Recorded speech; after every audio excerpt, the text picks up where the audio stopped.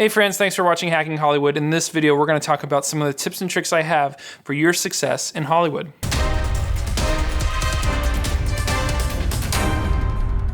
So you might be coming out here, you graduated high school or college, and you're ready to make the big step to Los Angeles. Right off the bat, you'll notice that housing prices are much different than most of the other areas of the country. One of the biggest tips I have is looking for roommates. Splitting a room is not ideal, but it's gonna save you money, especially in the first few months when you're hitting the ground running. It's gonna be easier for you to split a room than to try to pay for a whole room by yourself. If you're not willing to do that, that's okay. It's gonna just be a little harder. You should be pushing yourself to work so much that you're not really home that often. You can go to Starbucks. Just because you sleep in the same room as somebody doesn't mean that your whole world's gonna be turned upside down.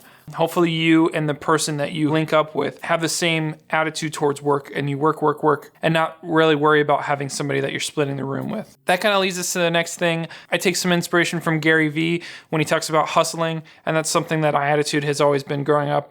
I've been the kid who hustled in sports and hustled in college, and now I'm hustling in the real world. Everybody's got to put in their due diligence and work hard, and that's kind of who I identify with. So that's actually one of the tricks I have, is to be a hustler.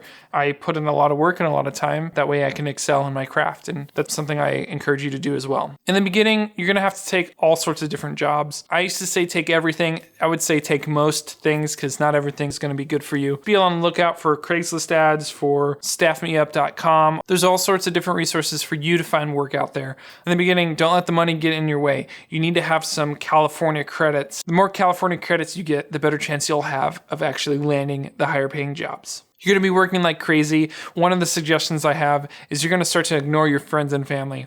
And that's going to be scary, but actually good at the same time. Social life's important, but what's more important in the beginning is getting your career established. And then you can back off a little bit and hang out with friends and family.